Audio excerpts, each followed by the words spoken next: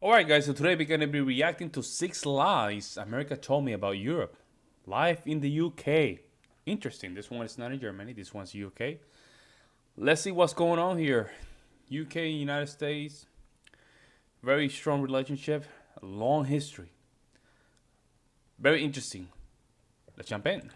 Hey everybody, welcome back. International Carl doing another video for you. If this is your first time to my channel, please right now stop and hit the like button, consider subscribing, and as always, hit me in the comment section because those that have subscribed to my channel know that I'm always active in the comment section. Now, this video, we're going to talk about a couple lies that the United States pushes into us as Americans growing up. And let's talk about it right now. Let's get to it right now. Lie number one. This one is a funny one to me because in the United States, it's always, I don't care if you're a Democrat, I don't care if you're a Republican, I don't care if you're independent, I don't care where you're at on the political spectrum. You're always going to have a politician telling you that they hate our freedoms, our freedom of religion, our freedom of speech, our freedom to vote and assemble and disagree with each other. That's right. They hate us for our freedoms. Can you believe that? As if nowhere else in the world has any freedoms. Like Europe. You know, in Europe they act like if you come to Europe, there's just no freedoms. What freedoms do I not have here in Europe? You know, as these are Western democracies with Western values and culture that has been exported to the United States. And it's become its own thing. I'm not saying one is better than the other, but freedoms exist here. I'm still scratching my head. What freedom do you have in America that I don't have here? Let's talk about freedom of speech, for example. In America, you have freedom of speech. In the UK, for example, you don't have freedom.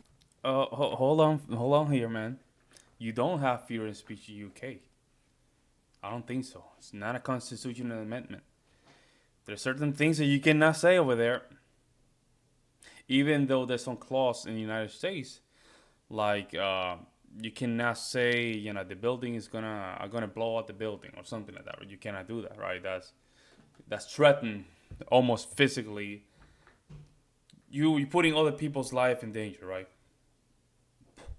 I think that's the only exception. But you can pretty much say whatever you want. I mean, including being racist. I don't think you can do that in the UK. And I love the UK, man. I went to London once. Beautiful place, man. Great people. And I stayed there for a couple hours. I think it was 10 hours. Not long. Long time, right? But, you know, it looks very nice. But it's probably each country's a little bit different. From what I understand, I don't think there's freedom of speech as a constitutional amendment only exists in the United States as a First Amendment, right? And some people, when it comes to the United States, they're kind of surprised how crazy we are when it comes down to our speech, right? Especially in our music. And I'm not in favor of our music being trashed sometimes. You know, I'm not into that, right? But that's of course allowed by the freedom of speech. Freedom of speech. What you do have is freedom of expression. Slight difference. See, slight different. Okay, come on now. But let's give you an example. In America, you can be as racist as you want to somebody. Yeah. You can walk up to me, walk up to any black person and say the N-word all day long if you want. Vice versa, yeah. Where in the UK, you really couldn't do that because at some point you will cross a fine line of inciting racial hatred. So if you define your freedoms based on your ability to call somebody an N-word or call some Asian American some type of offensive word, by all means, you can have that freedom. I don't. Well, isn't that expression? This is kind of subjective. See, now, let's say you're talking, right? You're expressing yourself. I feel offended. See, the way you're now describing that is offensive. Can that extend to a territory of possibilities of punishment? Because now it's offensive, but offensive is just a choice. If you feel offended by something that I said, anything can be in that category. That's what I'm saying. Need that freedom.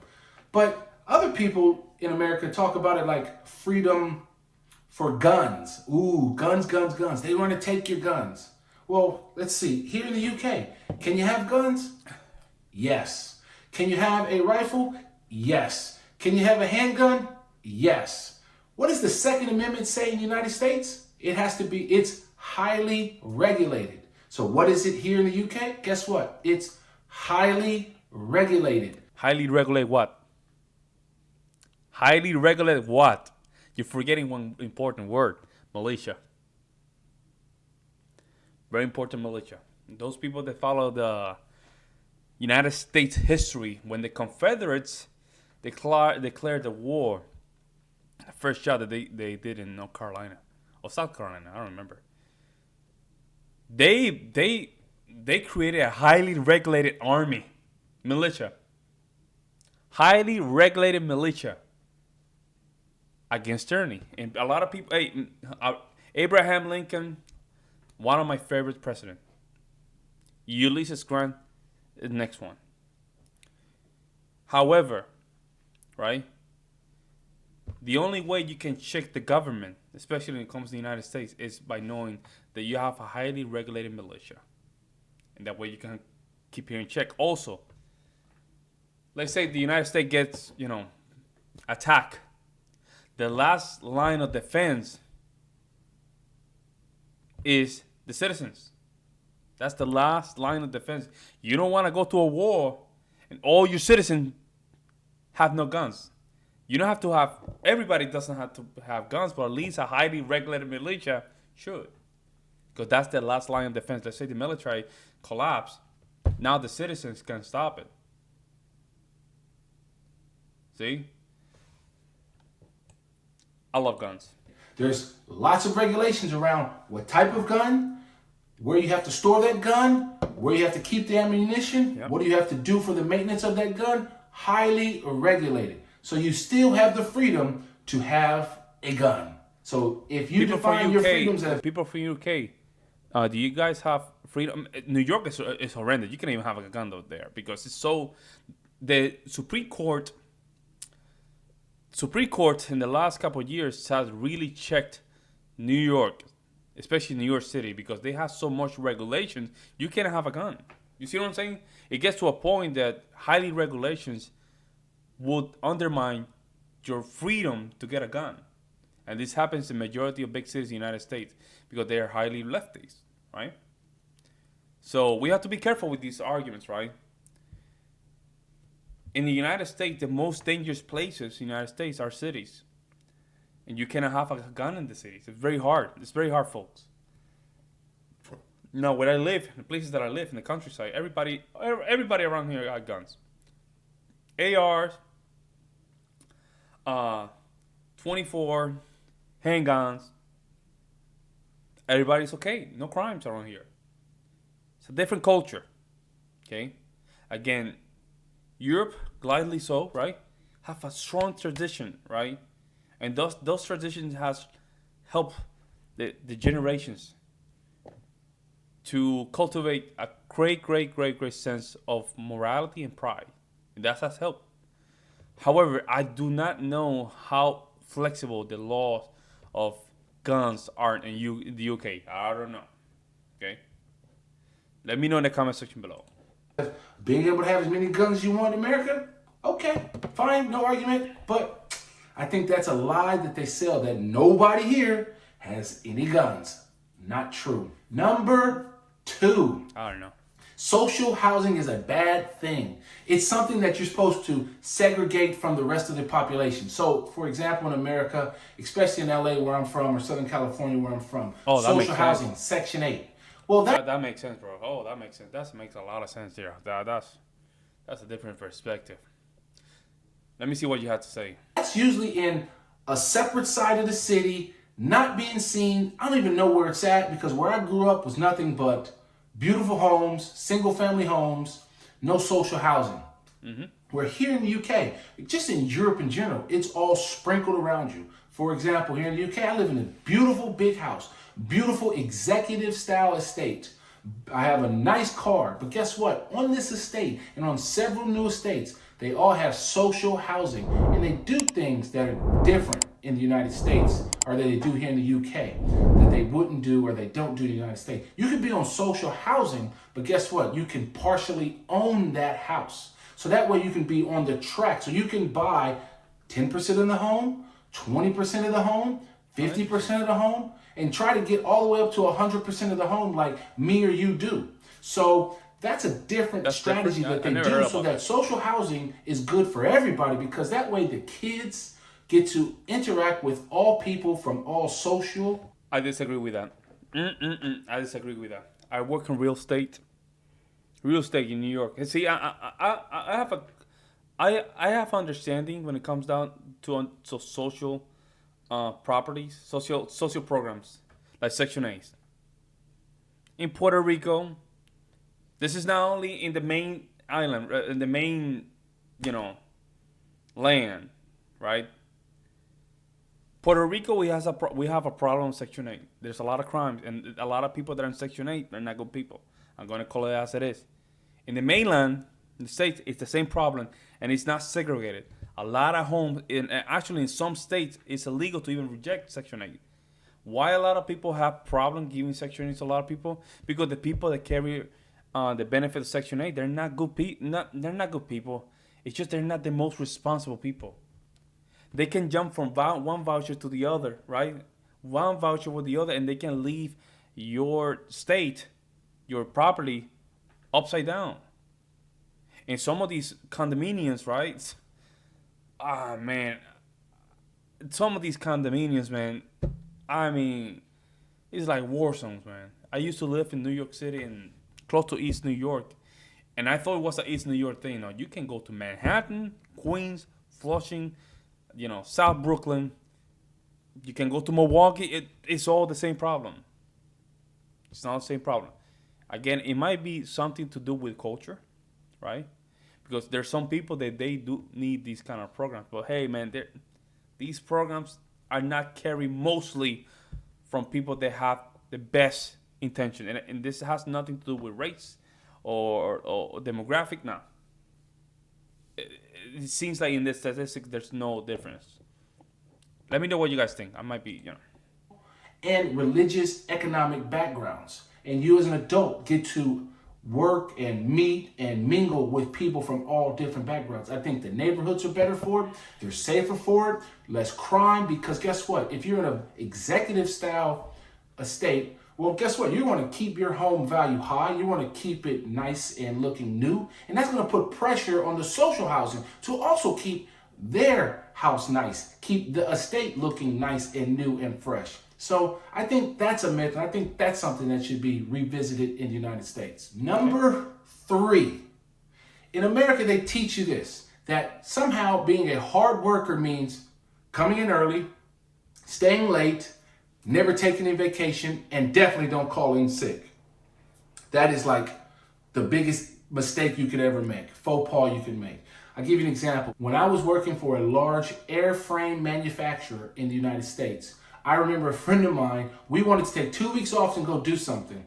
Our managers looked at us like we were crazy because we wanted to have the audacity to take 2 weeks off. And mind you, we didn't take any days off prior to that. We just wanted to take 2 weeks off in a year so we could go do something. They were like, no, rejected, slim that down to a week. And I'm thinking, isn't that my time off to relax, to recharge my battery so I can come back to work? No. Now, I think minds and hearts have changed a little bit in the United States back from when I started working, back in the early 2000s, or mid-2000s, I should say. But that was a faux pas. Well, here in the United Kingdom and here in Europe, for example, it's encouraged to take time off. You get 20, 25 plus days off in mostly all European countries. I think by law in the European Union, you have to have 20 days off. So it's encouraged to take time off because you use it or you lose it. There's some companies here in the state, man, that if you're in sales, they want you to work even Christmas. Even, man, I've been in some weird jobs. It's true. This one's true. He's telling the truth. I think Sweden, if I can find the article, it's on the screen now. But if not, Sweden is actually doing a trial where they're reducing the work hours to 6 hours to see if it increases productivity. Because employers are seeing that the employees are more rested and more focused when they come back to work. Number 4, America sells you this, that capitalism and consumerism go hand in glove. It's like this cycle. You have to work to buy, to work again to pay for what you buy, to buy some more stuff, to then work again and go down this continuous loop of working to live. And in Europe, one of the things that I find I think is a beauty and a benefit of working and living in Europe is that there's more of a work-life balance. As I just talked about in point number 3, is that you have time off to actually do stuff. And you don't just have this endless working to consume. Don't get me wrong. We go on vacation, so we're consuming what I would call, we are consuming experiences, but we don't live to work, we work to live. And that. No, you have to shoot that a little bit better, man. Let's see. Let me just go back to that. I think now I understand that. Consuming experiences, but we don't live to work, we work to live. And that is a benefit of living in Europe, and I think that is great. And I think the US sells a lie to its people by telling them that you have to work hard to then buy stuff and never do anything. Number 5. The other way around in Europe? Which kind of ties into the first one I said, but it really is on the Republican right side in America. They always preach, especially during the Obamacare era, 2012, was all about these death panels. They literally produced a video where they were throwing grandma off a cliff because of social medicine. Make no mistake about it. President Obama and the Democrats who supported Obamacare began throwing seniors off the cliff back. The evils of social medicine that you were going to have. Because I understand what Obama wanted to do. No problem. The way he wanted to implement it was unconstitutional. Why? Because Obama was not giving free health care. Obamacare was about the federal government giving money to private companies. You know what those private companies did? They raised the prices. So you were paying deductibles, very high deductibles. It's not what he was not trying to do what you guys have in Europe. Nothing, not even close.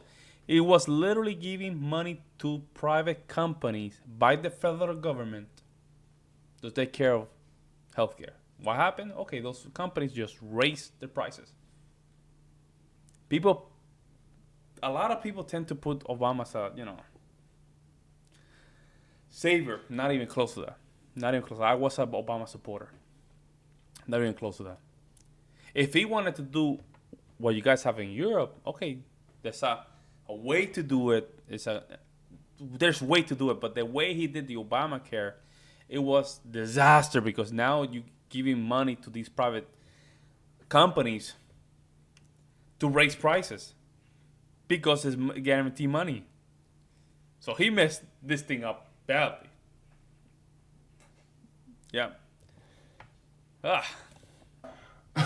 Death panels if you got sick. I mean, how ridiculous of a lie that is. I mean, it's a bold-faced lie. I've lived here 11, 12 years. I have yet to ever see a death panel. I have known some older people. I know some younger people. I know myself. You can walk into any hospital in any country in Europe and there's not a single death panel. What do you expect them to say? Oh, sorry, you had a heart attack last year, Mr. Carl, but since you had one last year, we're not going to treat you for this heart attack because the panel has refused your care. On a side note, you kind of already have that in America. You just have it through the insurance companies because guess what they do? Decide not to cover you. They say, it's a pre-existing condition. I don't think you can do that anymore, but they'll say that. Yeah, I don't think you can do that. Yeah, because that was messed up. He's right. Back in the day, you have a pre-existing condition, they'll pull that money away and not cover you. That's true. Deny coverage. They'll make it so high to cost to do it that you have to do it out of pocket. And guess what? Now you're bankrupt. So that loops right back to number one. How are you free if you have to live with the pressure of going bankrupt and not being able to pay your bills? Because guess what? You have the audacity to break your hip, get sick. I don't know. You pick it. So those are the 5 things that I think that the United States lies or misleads its people on purpose to further whatever big business or whatever political agenda that they have to the people. I'm going to leave you with a bonus one, which is kind of strange if you look at it. Because number 6 is this. In America, every day, all students around the nation get up every morning and say the Pledge of Allegiance. You pledge yourself and align yourself to the United States flag. Okay. And to the republic for which it stands. By who? By who? See, this is the problem. People don't understand why we do it like that. We have a civil war, my G. We have rebels. Right? So having a civil war, we have 1.6 million Americans dying in a war because of difference of ideologies. And a lot of these people didn't feel the United States as being a country. The Pledge of Allegiance just reminds us, right, the importance of that sacrifice. And I'm just seeing this I'm from Puerto Rico and I pledged allegiance to the United States of America. I just learned that when I came to the States. Right? Even though I'm an American, I'm a 4th generation American from Puerto Rico. But I never pledged allegiance to the flag, never. I never did. Right? But there's a reason behind it. This is not only you wake up in the morning, you just pledge the allegiance. It's just to remind you, right? It's just to remind you that there's a reason we are together on this. And it's beautiful. I don't have no problem with that. Pledge allegiance to the United States of America. Yeah. To the republic which you stand, one nation under God. That's it. You know, I think you have the problem with that lot. That's one, under God, right? And I don't have no problem with that. No problem. A lot of people in Europe, they see that's a problem. Man, I don't have a problem with that. And I don't know how the other reactors feel about that, but I don't have a problem with that. To pledge the allegiance to the flags. No problem. 0. Some people think there's a problem. No, man, hey. Not everybody does in the United States, but there's a reason for it. When you look at the history, kind of dark, in my opinion, right? We have a very roughy civil war in a lot of states. Even after the war and during Reconstruction, it was hard. So we needed to implement certain things to just keep the sense of country. Right? I disagree with him. Now, that's not something that's common in Europe. In many Western countries. It doesn't need to. See, this is my point. It doesn't need to be common. It doesn't need to be common. It does not need to be common as a practice. Right? It's like saying that Puerto Ricans like to say buen provecho every time they see people eating, right? They say buen provecho. People don't do that in the rest of Latin America. The only place you can find that is in Spain. But because the other countries don't do it, that means that we have to stop doing it? No, that's the difference. That's a difference that I believe is important because of our history. Again, we're gonna go back to our history. Because if you don't have a strong pride for your country, it's just a matter of time when just things start falling apart. There's no pride to it, right? So you just detach yourself, right? Say, hey, whatever happens to that, happens. Any other Western country that makes its kids get up every morning, I do know of one back in 1938, 1942-ish time. Those kids used to get up and actually pledge allegiance to their flag and to their Führer, Nah, that's a strong man. To the Fuhrer, not to the flat man. That's a strong man there, bro. Come on, man. You're saying that now we're Nazis? Oh, okay. Okay. Okay, so nasty. Oh my goodness. But I don't know if that's something we should necessarily be doing. Don't get me wrong, I love my country. I'm very patriotic about it. I love the 4th of July for all its my country. What is the 4th of July? See, this is what I'm saying. What's the 4th of July? You don't even want to say it. It's Independence Day. It's Independence Day. See, I see this from a bit different perspective, right? Because you have to listen to language. A lot of people that are from the states, they go outside the state, they have a good time outside the state. I know, man. I used to do this too, man. I used to do this. I used to back in the day when I was outside Puerto Rico. I used to talk bad about Puerto Rico, man. Right? Then time went on, and I started being appreciative of my Commonwealth. And I started being appreciative of my country. And there's a lot of things wrong about the United States. We all agree on that. That we need to fix it. We need to grow to become better. However, a lot of these things that that he's saying, like, man, it's just what make America America, I guess, right? Europe does things very differently, and I respect that, right? That's their way, and I understand why they do it the way they do it. And I basically respect why they do it, right? But a lot of these videos, man, they just go like weird, man. It's just a weird sense. Like, I think I went through it with Puerto Rico. Now I can see it, and now I can just perceive it and I understand. But we don't have to follow what other countries do, right? We can learn, right?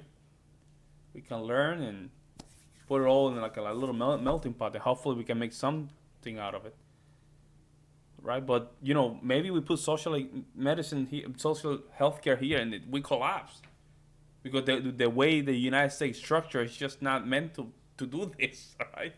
It's crazy. A lot of people in the United States, they don't even want to do anything with healthcare. They just want to live down the woods, and that's it. It's a different spirit, people. It's not Europe. Like, just it's different.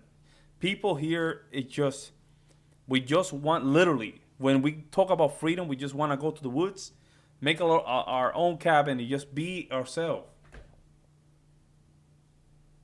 and have our guns. That way we can just protect ourselves. That's it. That's the American spirit. Accommodations can be done, but then it becomes a huge mess. And we have the evidence here. Like, the cities are trying to follow Europe's system. It just doesn't work, man. It doesn't work for some reason. I don't know. And I'm not saying what you guys do in Europe is wrong. It's not. It's just, it works there very well. It works. However, some of these places here, like Washington State, with Seattle, Oregon, with Portland, they tried the European system. It's not working. It's collapsing, people. It's collapsing. Minnesota with the Twin Tower, they're trying all these things. It's collapsing. It doesn't work, people. The reason it doesn't work is because it's the base of the system itself. It's not made to be run like that. Private money is what moved this country. You take the private sector out of it, that's it, collapse. That's how it is, man. That's how it is. I think that's why it's a little bit hard for a lot of people in Europe to see it, right? But I'm just being honest here, folks. I'm not here to pretend, right? Let me know what you guys think in the comment section below. Hey, I'm all for ears. Let me know. I'll see you in the next one.